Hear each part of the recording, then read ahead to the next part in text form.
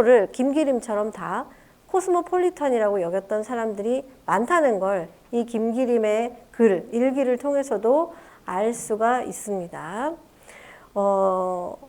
여기에 있는 내용은 뭐냐면 아까 국가 없다, 민족 없다, 거기에 틀에 얽매여서는 안 된다. 우리가 지향해야 될 건 세계가 하나 되는 것이다. 라고 했을 때 민족주의자들의 관점에서는 반민족적일 수 있는 거예요. 그런 측면들이 존재한다는 점을 이해하고 들어가야 된다. 이런 얘기가 써 있습니다. 자, 박팔량 우리 한번 봤었잖아요. 제만 조선인들과 함께 시집을 내고 그 만주에서 오족협화회 일을 하기도 했던 만선일보 기자를 지냈던 여수 박팔량이 쓴 길손이라는 시가 있습니다. 한번 제가 AI한테 시 안 읽히다가 오랜만에 다른 목소리로 바꿔보니까 좀 나은 경우가 있어서 한번 읽혀봤어요. 그는 코스모폴리타. 아무도 그의 고국을 아무렸다. 대공을 나르는 새의 자유로운 마음. 그의 발길은 아무데나 거칠 것이 없다. 일손. 그는 한 니힐리스트. 그의 슬픈 옷자락이 바람에 나무낀다. 때리 쓴 과거요. 참상할 것 없는 현재요. 그는 장래의 꿈마저 위에 떠보낸다. 일손. 그는 한 낙천주의자. 더 잃을 것 없고 얻을 것만 있는 그다. 아내와 명예와 안락을 그가 버림으로써 다시 얻는 재산이라. 일손. 그대는 쓰리쓴 이 맛을 다신다. 일손.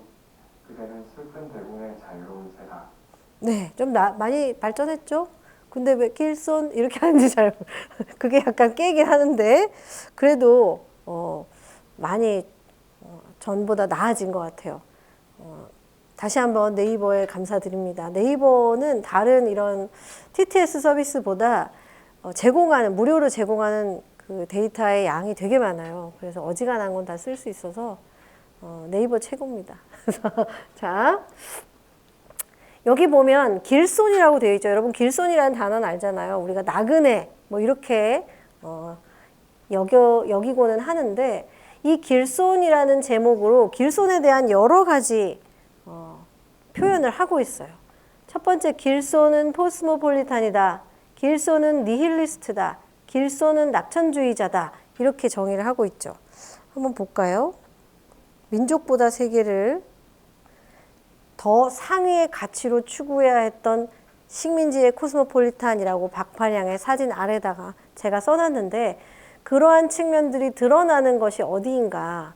자, 코스모폴리탄은 아까 봤죠. 세계주의, 무국주의자인 거예요. 세계주의자, 무국주의자. 민족도 국가도 초월해 있는 거죠. 근데 코스모폴리탄인데 자발적인 거냐에 대한 생각을 할 필요가 있는 거예요. 아무도 그의 고국을 아는 이가 없어요. 어디 사람인지, 어느 나라 사람인지. 그리고 하늘을 나르는 새의 자유로운 마음이라고 했죠. 발길이 아무데나 거칠 것이 없어요. 그러면 좋아야 되잖아요. 자유롭고 좋아야 되잖아요. 근데 이 시 전체를 누르고 있는 정서라고 할 수 있는 건 되게 쓸쓸하고 고독하고 허무주의적인 거예요. 두 번째 영을 보면 니힐리스트라고 하잖아요. 코스모폴리탄이고 자유로운데 거칠 것이 없는데 니힐리스트가 돼요. 슬픈 옷자락이 바람에 나부끼고 과거는 쓰고 현재는 탐탁할 것 없고 근데 미래의 꿈마저 물 위에 떠보네요. 그러니까 과거도 현재도 미래도 다 어두워요. 별 볼 일이 없어요.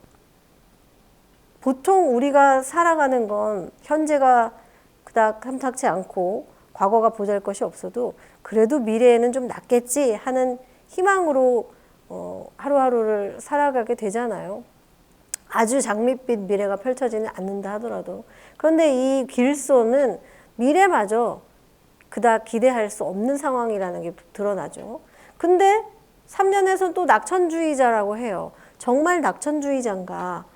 내용을 보면 더 잃을 것은 없고 얻을 것만 있대요. 그러니까 지금이 바닥인 거예요. 잃을 게 없어요. 그래서 낙천주의자라고 말하는 거예요. 진짜 낙천주의자인가? 또 이어서 보면 이 사람이 뭘 잃었는지를 보면 아내와 명예와 안락을 버렸어요. 버릴 수밖에 없는 건지 자기가 자발적으로 무슨 목적으로 버렸는지까지는 나와 있진 않지만 아내의 명예, 안락 같은 것들은 가장 나중에 지킬 수 있으면 끝까지 지켜야 되는 것들이 아닌가. 근데 이런 것도 버렸다는 거예요. 근데 이것은 이제 나중에 다시 얻는 재산일 거라고 말하고는 있죠. 이게 정말 진정한 낙천주의자인가? 그렇게 읽히지 않잖아요. 그래서 이 사람은, 이 길손은 쓰디쓴 입맛을 다실 수밖에 없고 자유롭다고 입으로는 말하는데 결국은 슬픈 새인 거예요. 이 자유가 너무 좋은 자유, 정말 낙천적이고 즐겁고 나에게 희망을 주는 자유가 절대 아닌 거죠. 그래서 이러한 그 코스모폴리탄들은 더 왜 민족보다 세계를 추구하는 경향이 나타나긴 했는데 그것이 자발적인 거고 막 희망찬 것이었는가, 그것만은 아니라는 거를 이 박파량의 길손이라는 시가 보여주고 있습니다. 자, 여기 제가 이제 해설을 해놨어요. 여러분이 이제 제가 이제 참고 강의 자료를 이제 막 다 올리고 있는데 지나면 또 이제 생각이 안 날까봐 이게 좀 써놨습니다. 이 길손이라고 하는 떠도는 자를 코스모폴리탄과 동일시를 해놨죠. 우리가 계속 보아왔던 경계자의 부유하는 존재성. 결국은 무국주의다, 세계주의다, 민족과 국가를 초월해 있다. 그러면 아무데도 속하지 않는 거죠. 결국은 이 길손은 경계자일 수밖에 없다는 것. 이게 바로 이제 식민지 시대의 특수성이 이 코스모폴리타니즘과 결합한 형태라고 할 수가 있고요. 자, 말했듯이 자기가 자발적으로 선택해서 코스모폴리탄이 되는 거냐, 아닌 경우가 더 많다는 거죠. 자, 그래서 길손과 코스모폴리탄에는 박파량 자신의 존재성이 투영되어 있습니다. 만주에 가 있고 새로운 나라를 건설하고자 하고 조선 사람이지만 일본을 위해 일하고 일본 국적을 가지고 있지만 또 타지에 있고 이러한 이런 것들이 바로 이러한 길손, 코스모폴리탄 이러한 존재성에 투영이 되어 있다. 이런 이야기입니다. 자, 여기 제가 설명한 내용이고요. 이 세 가지는 다 같은 것. 여기에 그 뒤에 보면 낙천주의자라고 하는 것까지 다 같은 걸로 인식하고 있죠. 길손은 코스모폴리탄이자 니힐리스트이자 낙천주의자이자 슬픈 대공의 새인 거예요. 이것들은 다 이중성을 가지고 있어요. 낙천주의가 즐거운 건데 여긴 슬퍼요. 코스모폴리탄은 세계를 지향하는 사람인데 어디다 발을 댈 수도 없고 떠도는 것에 대한 불안과 허물을 가지고 있죠. 이러한 혼란과 이중성이 이러한 등식 안에 나타나 있습니다. 우리가 봤잖아요. 박파량의 만주 시기의 시들에도 우리 만주의 무지개 이런 게 용궁처럼 이렇게 아른아른하게 보이고 자기는 분명히 그런 오족 효파 새로운 국가 건설의 꿈과 이념을 홍보하고 있는데 어떤 요설과 침묵 속에서 왔다 갔다 해야 하는 그러한 시 속에 자아를 볼 수 있었는데 그런 것들이 사실은 이러한 처지를 보여주고 있는 시였던 거죠. 그것을 내적 혼란, 이중성이라는 단어로 제가 표현을 해봤습니다. 자, 왜 낙천주의자라면서 슬픈가에 대한 이야기. 이 낙천이 진정한 낙천이 아닌 거예요. 왜? 바닥 찍었다라고 얘기했잖아요. 잃을 게 없어 나는. 사실 잃을 게 없는 사람 제일 무서운 사람인데 잃을 게 없어서 얻을 것만 있어서 난 낙천주의자야. 정말 낙천인가? 물음표가 찍히는 것입니다. 자, 이 시기에 가장 이 코스모폴리탄들이 많이 했던 사고의 구조가 있어요. 많은 담론들에도 나타나 있는 사고 구조인데 특수성이라고 하는 영역이 있고 보편성이라고 하는 영역이 있는 거예요.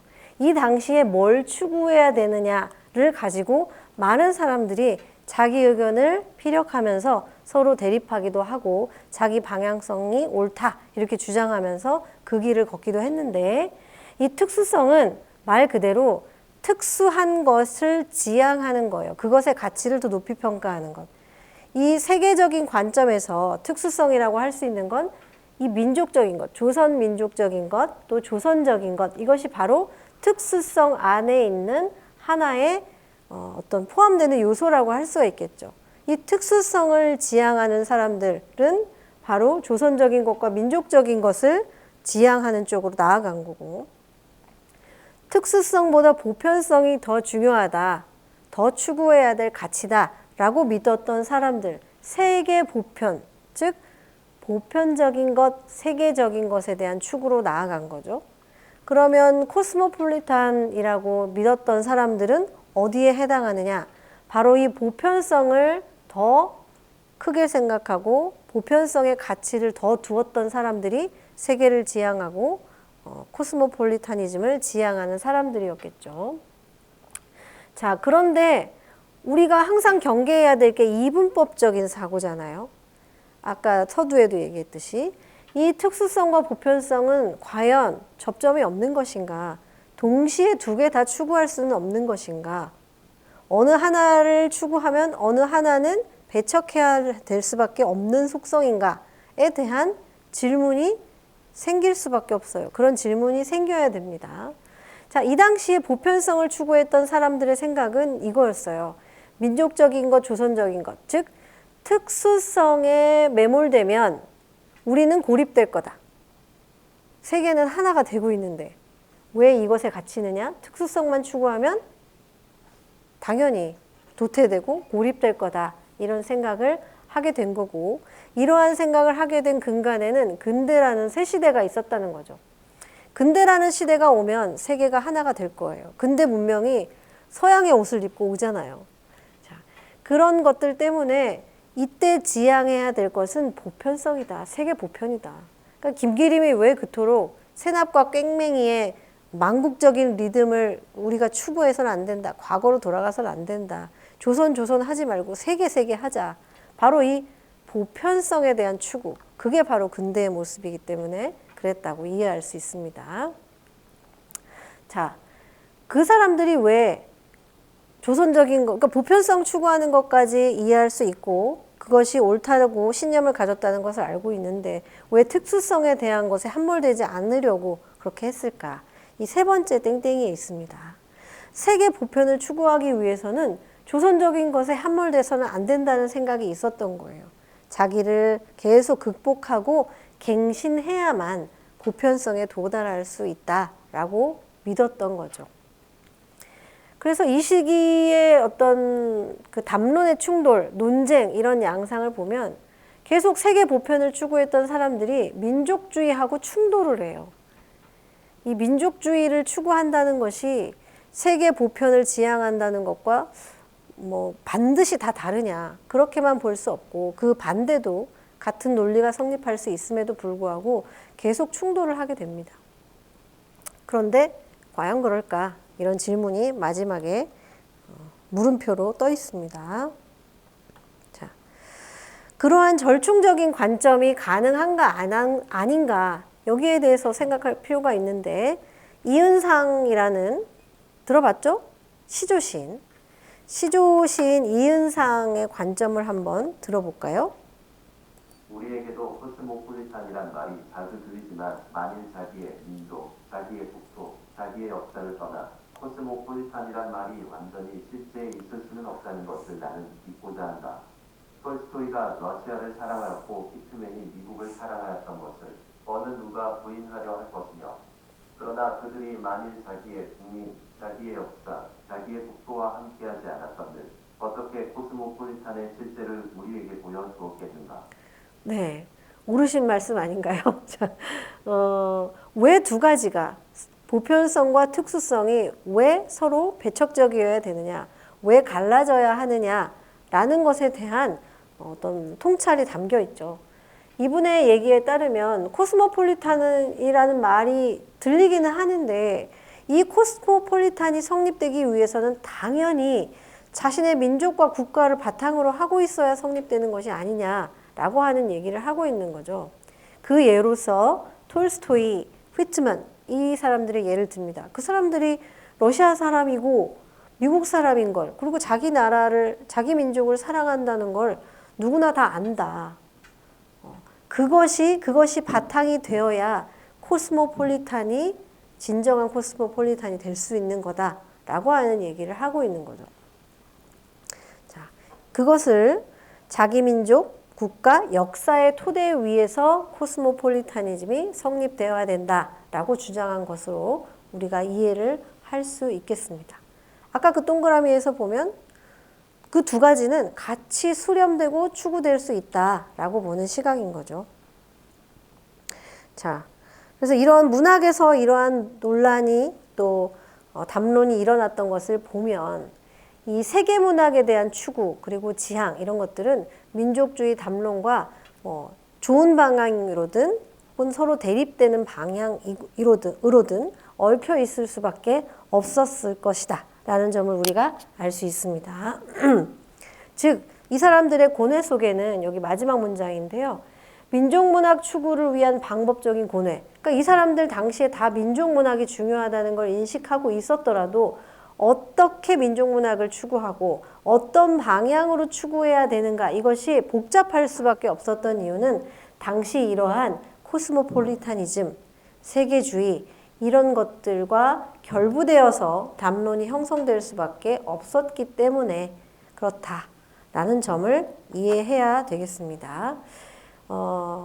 이 강의에 처음에 얘기했던 파친코 얘기 기억나는지 모르겠는데요. 이민호와 그러니까 이삭과 한수가 양복점에서 서로 이야기하잖아요. 그런 이야기들이 문단으로 옮기게 되면 이러한 담론으로 상징될 수가 있는 거죠. 양복을 새로 사 입어야 되느냐, 과거에 있는 양복을 버려야 되느냐, 아니다. 수선해서 내가 갖고 있겠다. 신식 양복, 새 양복 입는데 옛날에 입었던 양복은 수선하겠다. 이러한 관점들이 이 문단에 적용되고 있는 거죠. 우리에게 자, 이 김광섭, 아까는 시조 시인의 이야기를 들었고 이 김광섭은 당시에 해외 문학파의 일원이었어요. 그러니까 해외 문학을 하던 사람의 이야기도 우리가 한번 들어보겠습니다. 여기서 혼돈을 하서는 안 될 것은 민족적이라는 것과 민족주의다. 이것은 파면이 다르다. 모든 민족문학에는 민족적인 데서 운명적이다. 문학이 있어서도 그러하다. 괴테나 셰익스피어나 톨스토이는 민족주의자로서 그 민족이 자랑한 문학을 창조한 것은 아니다. 그것은 민족적인 특수성을 가지면서 위대한 보편성을 파악하였다. 이는 민족적이긴 하나 민족주의는 아니다. 계급문학파는 계급문학이 아니면 문학이 아닌 줄 안다. 민족주의 문학파는 민족주의 의식이 아니면 민족문학의 요소가 없는 줄로 안다. 얼마나 억울한 일이냐. 네, 자, 개념이 다르다 이런 주장을 하고 있어요. 민족적인 것과 민족주의라고 하는 건 서로 다른데 우리는 민족적인 건 당연하지 우리가 추구하는 이념이 민족주의는 아닌 것이다. 이렇게 선긋게 하는 거죠. 아까 이은상의 말은 당신은 민족적인 것과 민족주의를 동일하게 생각한 거고 우리는 그것이 아니다. 당연히 민족적인 거지. 이렇게 얘기하고 있는 겁니다. 자, 아까 그 톨스토이, 휘트먼 얘기 아까 이은성이 예를 들었는데 이 김광섭의 경우에는 괴테, 셰익스피어, 톨스토이 같은 그런 위대한 문호들이 민족주의를 지향하진 않은 거다. 즉 그들의 민족적인 측면이 당연히 나타나긴 하겠지만 지향점이 민족주의였던 것은 아니었던 거다. 이렇게 찬찬히 이야기를 해주고 있는 겁니다. 자, 민족주의 문학파에 대한 비판도 빼놓지 않죠. 민족주의 문학파는 민족주의 의식이 아니면 민족문학의 요소가 없는 줄 안다. 민족 막 이렇게 추구하고 막 우리 민족 사랑해야 돼 이렇게 쓰는 것이 민족주의냐? 그렇지 않다. 이렇게 얘기를 하고 있는 거고요. 또 같은 이유로 계급주의 문학파도 동시에 반대하고 있어요. 계급을 위해 투쟁하자, 계급 해방을 하자 이렇게 부르짖어야만 계급주의 문학이 되느냐. 그보다 더 깊이 더 세련된 방식으로 내재되어 있는 사상이 있다. 그렇게 막 부르짖는다고 해서 그런 것들이 추구되고 나타나는 것이 아니다. 이렇게 얘기하고 있습니다. 이 김광섭을 필두로 한 해외 문학, 또 주주주의 문학, 이러한 문학에 종사했던 문인들의 경우에는 민족주의 문학이나 계급주의 문학과 다 대척점이 있었어요. 즉, 그 말은 곧 이러한 계급주의 문학, 민족주의 문학이 다 해외 문학파, 또 주주주의 문학에 대해서 반대했던 거죠. 비판을 가했던 거죠. 그들의 반민족적, 반계급적 성향에 대해 그런 것에 대한 어떤 변호의 성격을 가진 글이라고 할 수 있습니다. 자, 정리해놨죠. 민족적인 것은 드러내지 않아도 자연스럽게 나오는 거다. 주장으로 달성할 수 있는 것이 아니고 내세우려고 한다고 나오고 뭐 없애려고 한다고 안 없애지고 이러는 것이 아니다. 라는 얘기를 하고 있습니다. 이 김광석의 얘기도 아까 이은상의 얘기와 약간의 입장 차는 있지만 보편성과 특수성의 관점에서 보면 이 둘 다를 같이 수렴할 수 있다는 의견에 가깝죠. 여기서 자, 자, 그래서 결론적으로 말할 수 있는 바는 민족적인 특수성 그리고 세계적인 보편성은 상호, 당시의 사람들이 싸웠듯이 상호 분리될 수 있는 것이 아니라 무엇이 무엇인가의 토대가 되고 상호 교섭하고 영향을 주고받고 작용을 하는 관계에 있는 거고 이것이 바로 동시에 추구해야 될 방향성과 가치라고 보는 것이 합당하지 않겠느냐라는 점에 있습니다. 여러분도 그렇게 생각하나요? 지금 상황으로 대입을 해보면 마찬가지예요. 지금 한국적인 것, 세계적인 것 이런 담론들이 불과 몇 년 전만 해도 계속 오르락내리락 했었거든요. 그 가장 많이 했던 얘기가 한국적인 것이 가장 한국적인 것이 가장 세계적인 것이다. 이런 담론도 있었죠. 그런 것들이 다 보면 결국은 보편성과 특수성, 우리의 경험적으로 이 두 가지는 동시에 추구될 수 있는 것이다. 라는 뜻을 함축하고 있는 말이라고 할 수 있을 것 같습니다. 자, 이번에는 우리가 보았던 번역가 김억에 이어서 이 당시에 번역이 어떤 양상으로 진행되고 있었고 그 번역에 담긴 의미가 무엇인지 이러한 소제목을 통해서 살펴보도록 하겠습니다. 자, 오늘의 무도 지난 시간에 했었잖아요. 다시 한번 리마인드를 하면 이 김억이 시작한 작업은 큰 의의가 있습니다. 문단사적으로. 한국 최초의 서구시 번역 시집이었죠. 상징주의 시들 수록돼 있었고 이렇게 여러 시인들의 시가 수록돼 있었고요. 이러한 시들을 번역한 건 당시에 김억이 깊이 매료되었었던 상징주의적인 그런 관점의 시들이었기 때문에 이 상징주의의 감상성, 음악성에 중심을 두어서 번역을 했습니다. 이 김억이 나중에 민요시로 갈 때 사람들이 좀 의아해할 수도 있잖아요. 우리 공부하는 우리도 상징주의 시인이 갑자기 왜 민요시를 그렇게 추종하는 사람으로 가느냐 의아할 수도 있는데 사실은 김억이 상징주의에 매료된 포인트 중 하나는 이 상징주의에 내재된 음악성에 있었어요. 이 상징주의의 음악성에 대한 관심이 상징주의에 매료될 수밖에 없었던 그런 측면이 있었기 때문에 나중에 더 상징주의의 어떤 감상성을 걷어내고 음악성에 더 치중하는 방향으로 이행이 됐을 때 민요시로 나아갈 수 있었던 그런 연결고리를 발견할 수도 있습니다. 자, 김억의 그 코스모폴리탄이 아니라 에스페란토에 관련된 여러 주장들을 봤었는데 이제 김억의 번역에 대한 관점이 어땠는지를 좀 더 자세히 이번 시간에는 볼 필요가 있을 것 같아요. 국제문학은 그 기본을 인류의 공동감이라 할 누구나 이해할 수 있는 곳에 둔 것이라 합니다. 신앙전 같은 것을 읽고 좋아합니다. 그러나 이것은 외국어로 번역할 수도 없거니와 또 번역을 한다 하더라도 외국인은 조금도 이해하지 못할 것이다.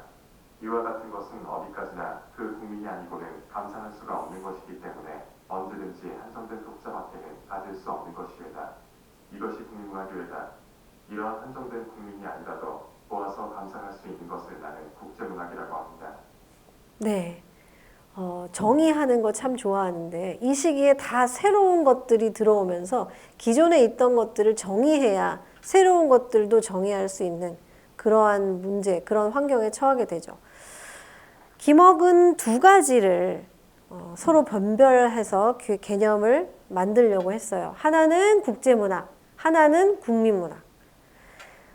국민문학이라고 할 수 있는 거는 그냥 문학이 존재했는데 국제문학이라는 개념이 들어오니까 이 문학을 국제문학과는 변별되도록 국민문학이라고 이름을 붙여야 될 필요가 있었기 때문에 생겨난 용어겠죠. 그래서 번역가 김억은 실제적으로 번역을 어떻게 해야 되나에 대해서 구체적인 고민들을 굉장히 많이 했었다고 했는데 그 일환이 바로 이런 겁니다. 국제문학은 뭐고 국민문학은 뭘까? 그래서 국제문학은 인류의 공동적인 거예요. 누구나 이해할 수 있는 인류 공통의 문학. 이 춘향전의 예를 들고 있는데 춘향전은 국제문학이 아닌 거예요. 왜냐? 특정한 문화, 즉 조선적인 것들이 너무 강하니까 조선 사람, 조선 민족만이 이해할 수 있는 것이기 때문에 국민문학. 이때의 국민문학은 어떤 국제문학으로 갈 수 없다는 뜻을 내포하고 있죠. 근데 국제문학은 다 이해할 수 있는 거예요. 어떤 민족이든. 그런 것이 이렇게 표현되어 있죠. 한정된 국민이 아니라도 누구나 보아서 감상할 수 있는 것이 바로 국제문학이다. 이렇게 규정을 하고 있습니다.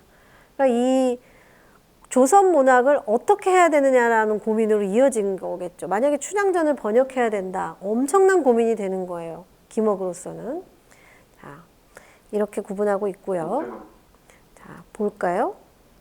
그래서 나는 어떠한 문학을 취했느냐, 번역할 때. 이 취하다라는 것이 번역했다라는 뜻인데. 아무리 좋은 작품이라도 그것이 국민성적 습관과 감정에만 일관된 것이면 취하지 아니하고 국제성적인 것이라야 취하였습니다. 네, 이렇게 했어요. 그러니까 나는 무엇을 번역했느냐.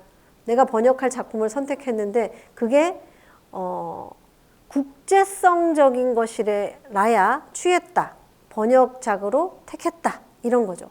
국민성적인 것, 특정한 국민, 이때의 특정한 국민은 조선 민족이고 국민일 테니까 이 국민성적인 것이 너무 강하고 그것만 얘기하면 나는 번역할 대상으로 취하지 않았다라는 거겠죠. 최근에 그 한강의 노벨문학상 수상에 번역이 얼마나 큰 역할을 했는가, 그리고 기생충이 세계 무대에서 그렇게 빛나는 자리에 오를 때 번역이 얼마나 큰 역할을 했는가에 대한 조명이 계속 이루어지잖아요. 그래서 그것을 번역했던 번역가가 큰 박수를 받고 그들의 성취가 가치를 인정받는 것처럼 그런 고민들이 이 시대부터 시작이 됐는데 가장 그들이 고민한 것도 짜파구리를 뭘로 번역하느냐. 조선이 아니죠. 지금 한국이지.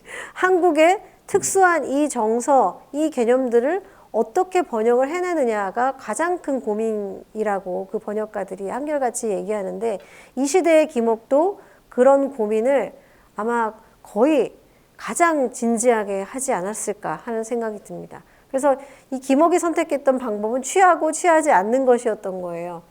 초창기 번역이기 때문에 더 큰 어려움이 있었을 거라고 생각합니다. 그러니까 버릴 수밖에 없었던 이런 어려움을 이야기하고 있죠.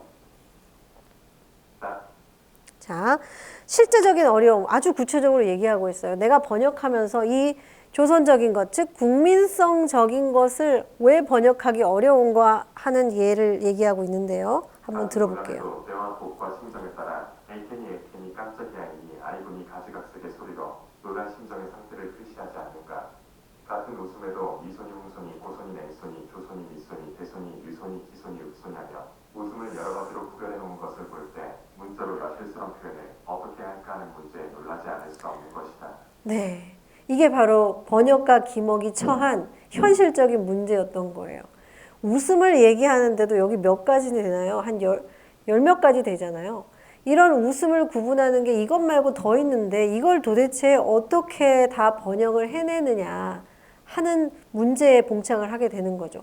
놀라는 소리도 이것뿐이겠어요. 에케 깜짝이야. 아이고 이것 말고도 더 있겠죠. 만약에 이 시대에 김억이 헐 대박을 알았더라면 훨씬 수월했을 텐데 우리는 그 두 단어로 아주 많은 걸 표현할 수 있는 시대에 살잖아요. 근데 이걸 문자로 어떻게 해?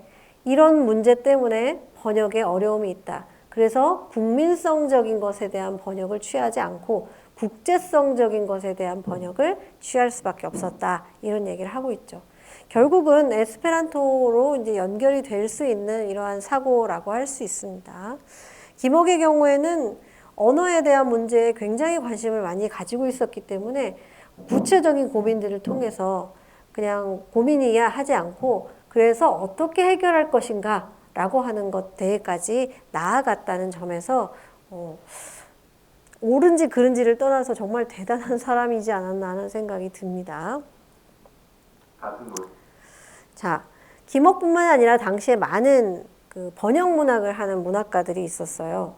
이하윤의 경우, 이하윤도 들어본 사람들이 많을 텐데 번역 시집인 실향의 화원이라는 시집을 냈습니다. 이거 제가 도서관에서 찍은 건데 밑이 잘렸어요. 급하게 찍느라고 밑이 잘린 걸 모르고 집에 와서 보니까 잘렸던데 이 실향의 화원이라는 시집을 이미 1933년에 낸 거예요. 1933년에 이 시집은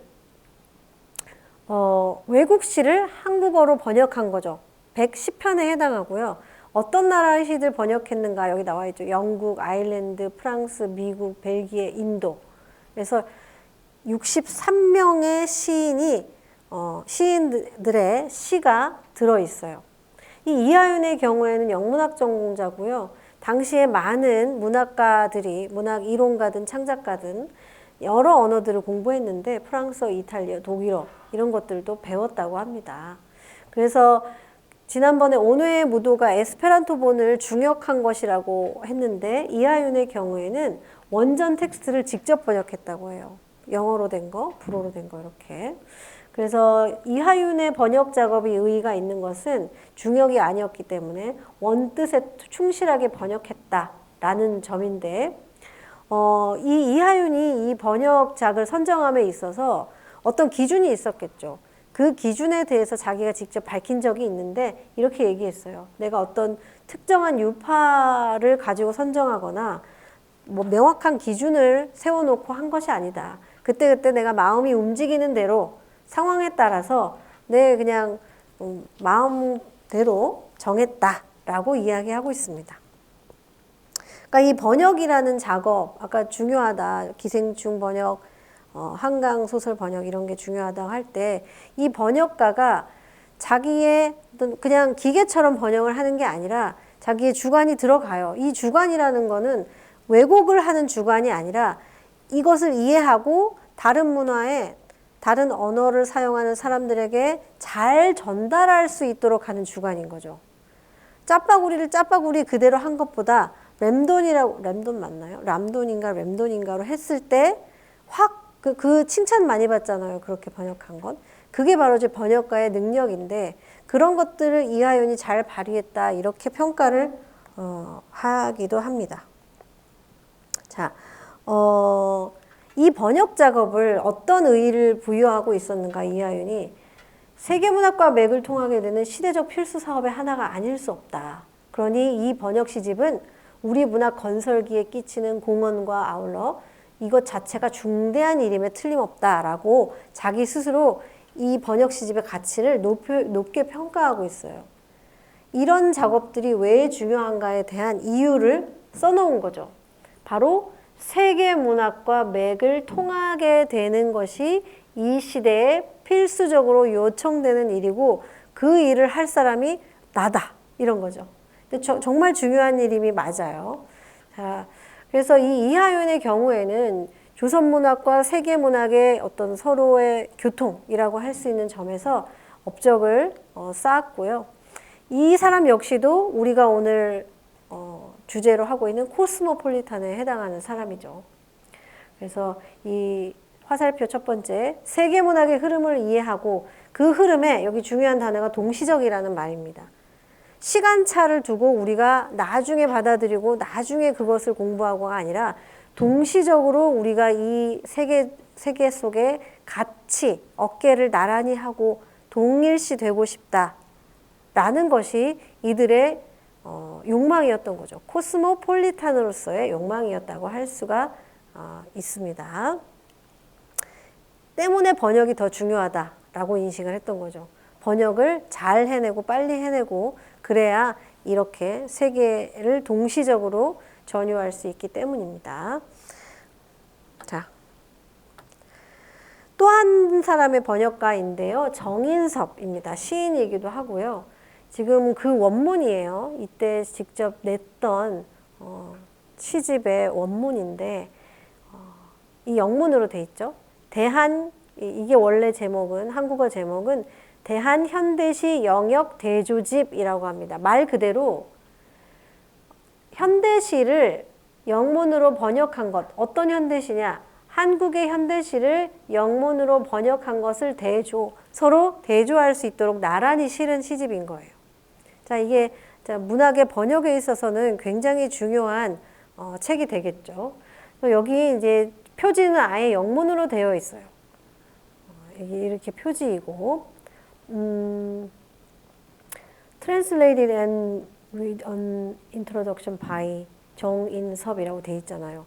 이 사람이 내가 직접 번역했다, 번역가다, 내가 번역하고 소개했다 이런 것을 표지에 써놓고 있고요.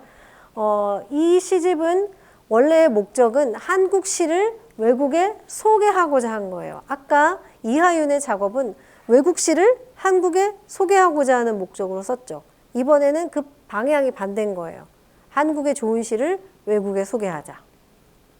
그래서 정인섭이나 이하윤은 모두 해외문학연구회에 소속되어 있는 해외문학파 문인이었어요.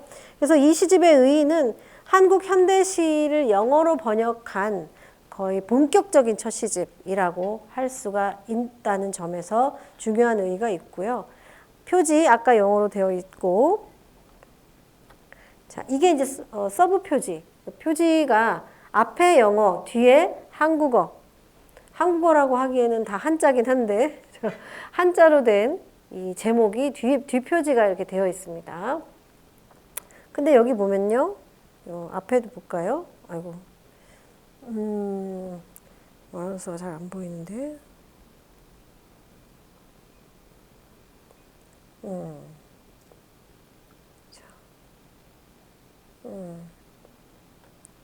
자, 여기 이제 이게 정인섭이냐, 뭐 사진이 하나 실렸잖아요.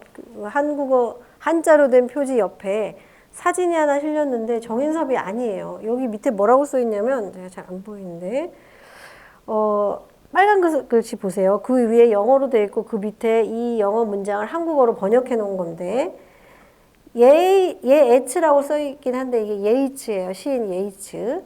예이츠 씨는 병석에서 반신을 일으켜 안고 나의 영역 원고를 읽었다라고 써놨어요. 예이츠 시인이 지금 반신을 일으켜 안고 이 자기가 영어 지금 이 시집 영문 번역한 것을 예이츠한테 읽어봐 달라라고 요청을 여기 가서 직접 했다고 해요. 정인섭이 아일랜드 가가지고 직접 했다. 그래서 이 사진 찍고 여기다가 이렇게 쓴 거죠. 그래서 이 시집은 직접 예이츠한테 지금으로 따지면 감수받은 거다라고 내세운 거죠. 여기다가. 그래서 예이츠가 서문을 썼다 이렇게 써 있는데 직접 쓴 건 아니라고 해요. 병석에 있었기 때문에 예이츠가 구두로 얘기하고 그 부인이 옆에서 타이핑을 해서 줬다. 이런 이야기들이 있습니다. 그러니까 되게 이게 자부심을 가질 만한 작업이었던 거예요. 이게 코스모폴리탄의 자부심이었던 거죠. 자, 이 시집에는 현대시 영역 대조집 100명의 작품 125편이 한영 번역이 되어 있고요. 1부, 2부, 3부로 나뉘어져 있어요. 이 1부에는 시인 42명의 시가 실렸는데요. 자선시, 그러니까 한국 시인 42명이 스스로 자기 시를 나 이 시를 번역해 줘 라고 스스로 뽑은 시 62편이 1부에 실려 있고요. 2부에는 역자, 즉 정인섭이 자기가 직접 고른 시 50편이 실려 있었어요. 그러니까 시인에게 자기 스스로에 대한 시를 추천을 받고 그다음에 번역자가 자기가 직접 고르기도 하고 이렇게 1, 2부를 꾸리고요. 3부에는 원래 있는 시를 분시를 했는데 그 분실한 시인 13명의 시 13편을 실었다라고 본인이 그렇게 얘기를 했어요. 그래서 누구누구 시가 실렸는지 보면 김광섭 아까 있었죠. 김광섭 씨가 3편 실렸고요. 이광수 알죠? 소설가 이광수 시도 썼거든요. 이광수 5편, 김억이 3편, 정인섭 본인의 시가 4편, 그 외의 시인들은 이 지금 42명이잖아요. 한두 편씩이 실렸어요. 제일 많이 실은 시인이 이렇게 4명이었고요. 누구누구가 실렸냐? 여러분 알만한 사람들 다 있죠, 여기. 백석, 김기림, 김광섭, 김소월, 한용운, 이광수, 유치환 등등등. 그러니까 당시에 한국 시단의 주류를 이루는 시인들을 망라해서 실은 거죠. 그러니까 이게 정말 거대한 원대한 꿈을 품고 만든 시집인 거예요. 우리 한국 조선에 이렇게 좋은 시인이, 이렇게 좋은 시가 많다라는 걸 외국에 알리겠다는 목적으로 만든 건데, 실제로 미국에 출판돼서 유통이 됐는지는 미지수입니다. 이건 그런 기록은 제가 아무리 찾아봐도 없어서 그게 현실화되었다라고까지는 말할 수 없지만, 그런 의도로 만든 거창한 프로젝트였다는 것만은 확실한 것 같아요. 그래서 이렇게 다 망라한 것, 다양성에 초점을 맞춰서 한국 시를 외국에 소개하고자 했다라는 것입니다. 자, 여기에 있는 조춘이라는 시를 한번 볼까요? 김달진 시인이 있습니다. 김달진이라는 향토적인 서정시를 많이 쓰던 시인인데요. 이 대한현대시 영역 대조집은 2개를 같이 실었잖아요. 한국어본, 영어본. 그래서 여러분이 한번 딱 구별을 해서 대조해서 보라고 여러분에게 좀 소개를 하고 싶습니다. 조추는 이른 봄이라는 뜻이죠. 한번 읽어보면 볕바른 마루 끝에 나와 앉아 고요한 눈뜰에 눈이 부시어 맑은 하늘 개인 바람 머리칼 끝으로 오르내리는 발간 피에 여인 신경이 간지럽노니 한층 두층 세층 네층 머릿속에 쌓아 올리는 황금의 전당 노곡 석단 배실 들이운 아롱진 칠면조가 석단 위에서 봄꿈을 좋은다 이렇게 돼 있어요. 번역가가 되었다고 여러분이 생각해보고 이 시를 한번 다시 보면 어떻게 번역할 수 있을까요? 여기 영문가 많던데 어떻게 번역할 수 있을까요? 특히 이걸 번역을 하려면 글자 그대로 번역하는 게 아니잖아요. 황금의 전당, 노곡 석단, 뭐 블루 에메랄드, 그린 에메랄드, 스톤 스텝 뭐 이렇게 할 건 아니잖아요. 그렇게 하게 되면 진짜 유치한 번역이 되는 거잖아요.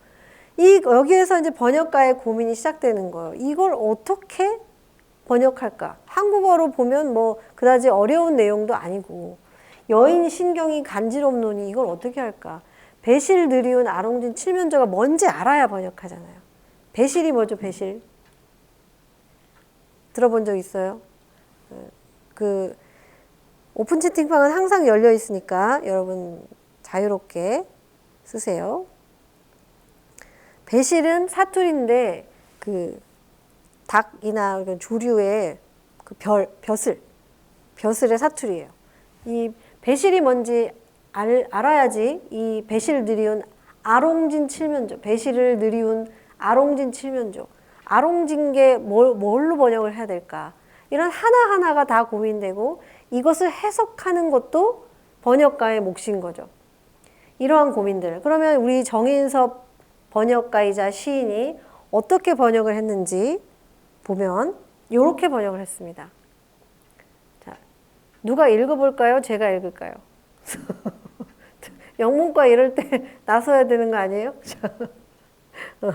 한국어 읽었으니까 제가 혹시 읽을 사람 자원을 받아볼게요. 없어요? 내 영어 발음 듣고 싶은가? 자, 눈으로 다 읽었겠지만 제가 한번 읽어볼게요. 너무 재수없어 하지 말아주세요. 제가 굴려볼 테니까. Early spring 하고 As I sit on the floor where the sun brightly shines, dazzled by the still snow in the yard. 아까하고 대조해 보세요. The sky is quite clear and the breeze freshly blows. 여기 진짜 평범하게 번역한 거예요. 오히려 여러분 영어 잘하니까 더 무슨 뜻인지 잘 알겠죠. 이어서 보면 With blood flowing to the tip of my hair, my afflicted nerves tingle 이라고 했어요. 자, 여기 이제 첫 번째 문제의 지점이에요. 영어 시간은 아니지만 영어와 한국어를 쓸 때 가장 큰 영문과가 있으니까 약간 긴장되네요. 차이점이라고 할 수 있는 게 주어를 우리는 굉장히 자주 생략하잖아요. 그런데 영어는 주어를 생략하는 일이 별로 없지 않나요? 맞죠? 자, 근데 아까 원문을 보면 여인 신경이 간지럽노니라고 되어 있어요. 이 여인의 신경이 간지럽노니 인지 뭔지 잘 모르겠잖아요. 사실은 해석이 달라질 수 있어요. 근데 제가 볼 때는 여인의 신경이 간지럽노니라고 읽어야 될 것 같아요. 제 생각에는. 그런데 이 번역은 어떻게 했냐 보면은 my hair라고 써 있어요. my nerves라고 써 있어요. 그러니까 내 신경이라고. 그러니까 아까 한국어 시에서는 제3자를 말하듯이 어떤 여인의 신경이 간지럽노니인 것 같은데 정인섭은 그것을 화자가 말하는 걸로 썼어요. 번역을 할 때. 그러니까 내 신경이 간지럽다. 이렇게 쓴 거죠. 자, 이게 맞냐 틀리냐를 떠나서 이 번역가가 자기가 능동적으로 주체적으로 해석을 하고 그것을 영어적인 환경에 맞게 전달을 했다, 번역을 했다는 점이 중요한 거죠. 맞다 틀리다를 떠나서. 그 뒤에 보면 뭐 스토리 바이 스토리 1, 2, 3, 4 있고요. 자, 황금의 전당 노곡석단, 그린 뭐 크리스탈 이렇게 했을 거냐, 그린 뭐 에메랄드 뭐 이렇게 했냐 보니까 그냥 크리스탈 스텝도예요. 그냥 너무 명쾌하지 않나요? 단순하고 크리스탈 스텝, 골든 팰리스's arise in my head 끝난 거예요. 그걸로 노곡석단 이게. 그 다음에 배실 느리운 아롱진 칠면조 여기도 문제의 지점이잖아요. A gray spotted turkey with come crouping down 이렇게 써놨어요. 제가 크루핑이 뭘까 궁금해서 막 찾아봤는데 크루핑이라는 단어가 없는 거예요. 드루핑이 있는 거예요. 그래서 오타일까 아니면 구어체로도 미국에서 쓰는 크루핑이라는 게 있는가 그걸 찾아봤는데 제 능력으로는 거기까지 못 찾았어요. 혹시 영문과 이런 단어가 있으면 저한테 좀 알려주시면 좋겠는데 그래서 왜 이렇게 썼을까? 오타가 아니라면 여기 앞으로 돌아가 보면 배실을 느리우다라고 하는 표현이 있잖아요. 느리운에 해당하는 게 크루핑이라고 쓴 건데 이 우리말에도 느리운이라는 단어가 원래 표준어에 없어요. 느리우다가 아니라 드리우다가 표준어거든요. 드리우다가 맞는데 이 시에서 김달진이 느리운이라고 쓴 것은 이 칠명조가 벼슬 쭉 누리고 있는 이러한 모습을 약간 단어를 변형시켜서 어감을 더 디귿보다는 니은이 더 늘어지는 느낌에 더 가까우니까 느리운이라고 표현을 한 것 같아요. 그런 관점에서 보자면 정인섭이 번역을 할 때 이 점까지 캐치를 해서 뒤에 드루핑 대신에 니은을 디귿으로 바꾼 것처럼 D를 C로 바꾼 것이 아닐까 하는 생각이 드는 거죠. 아니면 꼭 얘기해 주세요. 저 영문과. 제 생각에 그래요. 그러면 이 정인섭은 이 번역을 함에 있어서 굉장히 번역가의 강한 자의식을 가지고 이 작업을 수행했다는 게 드러나는 거죠. 자, 그래서 제가 감히 영어를 이 한국어 시와 대조해서 이런 번역가의 작업까지 추측을 한번 해봤는데, 제가 맞다, 뭐 정인섭이 맞다 이런 것은 이미 떠난 얘기입니다. 그걸 떠나서 이 번역에 대한 이들의 어떤 자의식, 열정, 그리고 책임감, 사명감 이런 것들이 진심이었다. 이 점을 우리가 느낄 수가 있는 예가 아닐까 생각을 합니다. 자, 이게 지금 제가 대조를 해놨네요. 이런 것들, 마루 끝에 나와 앉아, 그냥 끝에 나와 있다라고 그냥 플로어에 앉아 있다. 이게 마루라는 것을 번역을 하기 어렵다라고 아마 정인섭이 생각한 것 같아요. 그 김억의 표현으로 의하면 이 마루 끝에라는 것은 국민성적인 것이죠. 국제성적인 것이 아니라 그냥 그래서 플로어에 앉아 있다 이렇게 번역을 하지 않았을까. 또 바람이 개었다. 개이다라는 게 무슨 뜻이죠 원래? 개다, 뭐 잦아들다 이런 뜻인데 정인섭이 번역한 걸 보면 바람이 신선하게 불었다 이렇게 쓴 거예요. 이런 개다라는 것을 어떻게 번역할 것이냐라고 하는 고민의 산물로 나온 거죠. 이런 것들이 번역의 어떤 실질적으로 부닥치는 문제들이었는데 그것에 대한 고민들이 있었다는 것이 그것이 사실은 이어지고 이어져서 지금 한국문학이 세계로 뻗어나가는 데는 한국문학번역원이라고 하는 그 기관이 정말 큰 역할을 하고 있거든요. 거기에서 번역 꿈나무들이 한국문학을 지금 이 시간에도 열심히 번역 공부하면서 좋은 이런 정인섭의 고민을 그대로 이어받으면서 계속해서 발전시키려고 지금 이 순간에도 노력하고 있다는 것, 그것을 좀 기억하면 좋겠습니다. 자, 이 여기를 통해서 알 수 있는 것이 뭐냐면 정인섭이 번역을 창작보다 열등하거나 보조적인 행위로 보지 않았다는 거예요. 이 사람 자체도 시인이었잖아요. 그래서 번역의 중요성을 다른 문헌을 통해서도 지속적으로 주장을 하게 돼요.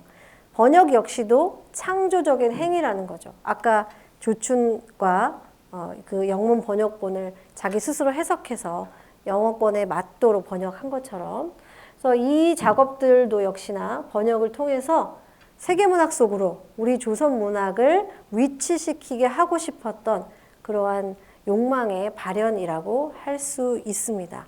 이 당시에는 이 번역이라는 것이 세계문학으로 통하는 가장 빠르고 거의 유일한 통로였기 때문이죠.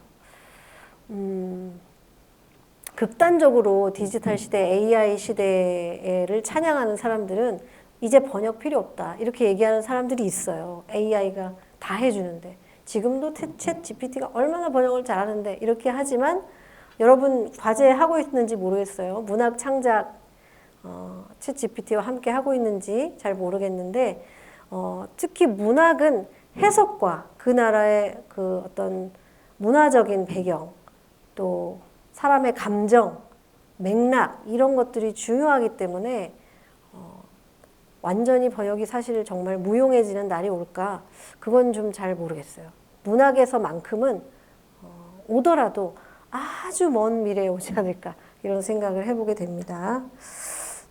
자, 이제 해방기로 살짝 넘어가 볼게요. 해방기와 전후시 시간이 왜 이렇게 됐죠? 전후시의 코스모폴리타니즘에 대해서 살짝만 보고 못한 부분이 있으면 다음 시간으로 넘기겠습니다. 시간을 좀 해방 후로 옮겨보면 벌써 제목이 달라요. 해방 후에 나온 시집에 새로운 도시와 시민들의 합창, 해방의 어떤 들뜬 느낌들이 드러나는 시집인데 1949년에 간행된 시집이고요. 이런 사람들, 박인환, 김수영 이런 사람들은 들어보고 김경린이나 이모고는 좀 낯설 것 같은데 5명이 공동으로 낸 시집이었어요. 이 사화집이라고 하죠. 이 신시론이라는 동인이 낸 사화집인데요. 이 해방 후에 최초로 모더니즘을 표방한 시집이었다는 점에서 문학사적 의의가 있는 시집입니다. 이 후반기 동인은 좀 유명한데 신시론 동인은 그보다 좀 덜 알려져 있죠. 이 후반기 동인의 태동에 신시론 동인이 큰 영향을 미쳤다는 점에서 우리가 살펴볼 필요가 있습니다. 이 모더니즘을 그러니까 해방 이후에도 재주장을 하게 되는 건데 이들은 해방 후 모더니즘이 해방 전 모더니즘하고 달라야 한다는 생각을 했어요. 그것은 뒤에 이어서 보겠고 이 시집의 전반적인 느낌이 뭐냐면 여기 지금 뭐 제목에서도 나와 있잖아요. 새롭다. 그리고 시민, 도시, 합창 이런 단어들이 얘기하고 있는 게 뭐냐면 이 해방이지만 우리가 즐겁고 행복한 일만 있지 않았다는 건 우리가 알고 있잖아요. 이미 역사적인 사실을 통해서. 그래서 이 해방기 이 도시에서 벌어진 분열과 혼란을 너무 안타까워하는 내용이 담겨 있어요. 제목은 희망차인데 내용은 희망차지가 않아요. 이런 안타까움. 그래서 혼란을 극복하고 통합을 이루자. 그리고 새 나라, 새 시대를 향해 나아가야 하지 않겠느냐라고 하는 메시지가 담긴 시집이라고 할 수 있습니다. 자, 이 시집에 김경린이라는 시인이 이런 그 서문에 해당하는 글을 썼는데요.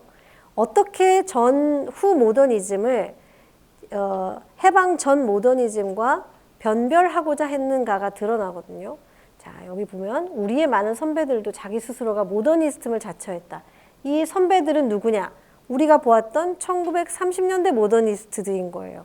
정지용, 백석, 뭐 임화 말고 저기 여러분 있죠? 그런 사람들. 그런 사람들은 모더니스트 김기림 뭐 이런 사람들을 자처했고 아방가르드임을 자랑했지만 그들은 제대로 모더니즘을 할 수가 없었다는 얘기예요. 뭐 때문에? 너무나 강한 현실의 저항선을 넘어 신영토를 개척하는 데까지 못 갔다는 거예요. 현실의 저항선이라는 거는 식민지 현실을 말하는 거겠죠. 그래서 신영토를 개척하는 데까지 나아가지 못했는데 그게 우리 몫이라는 거죠. 그 신영토가 어디라고 믿었냐면 시의 국제적인 발전의 코스로 가는 것이 올바른 신영토로 가는 방향이다 라고 믿었고 그걸 우리가 지금 하겠다 라고 표방한 거예요. 그래서 이들은 현실의 저항선을 넘지 못해서 이러한 신영토, 시의 국제적인 발전으로 못 가고 어디로 갔느냐? 정반대. 그러니까 우리가 봤던 보편성과 특수성의 두 가지 방향에서 그들은 보편성으로 나아가지 못하고 특수성에 함몰되었다라고 하는 반성을 이 후대에 하는 거죠. 이 후대 모더니스트들이. 그래서 이들이 모더니즘을 전후에 다시 주장하는 이유는 제대로 하지 못한 거 제대로 하자는 뜻이에요. 반성적으로 전대의 모더니즘을 사유하였다라는 점입니다. 사실 그래서 이것은 이 시집은 새로운 시민과 도시의 합창이지만 결국은 어떤 것이라고 볼 수 있냐면 코스모폴리탄 선언이라고 우리가 읽을 수가 있어요. 이들이 한 얘기가 이거잖아요. 자, 이들 1930년대 모더니스트들이 외국 문학을 적극적으로 수용했죠. 그리고 안으로 그걸 들여오려고 노력했다는 거예요. 밖에 있는 외국의 것을 안으로 들여오려고 노력하는 이렇게 내부 지향성의 운동이었다라고 본다면 1950년대의 모더니즘, 우리가 국제를 지향하려고 하는 움직임, 이러한 방향성은 어떻게 변별되느냐? 국제적으로 발전하고자 하는 외부 지향성의 운동이다라고 차별을 두고 싶어 했어요. 이거는 제가 정리한 거고 김경린이 직접 이야기한 건 아닙니다. 제가 두 가지의 모더니즘 그리고 이들의 주장을 종합했을 때 이렇게 변별할 수 있을 것이다 라는 생각으로 정리를 한 것입니다. 그래서 스스로 코스모폴리탄 선언을 다시 하게 되는 거죠. 해방 전 코스모폴리탄과 달리 해방 후의 코스모폴리탄이 서로 같아 보이지만 다른 점이라고 할 수 있습니다. 자, 시는 좀 이야기를 해야 되니까 여기서부터는 다음 시간에 더 하고 다른 이야기 이어가도록 할게요. 제가 쓸데없는 얘기 많이 했나요? 그럼 오늘 수업은 여기까지 하고 다음 시간에 만나도록 하겠습니다.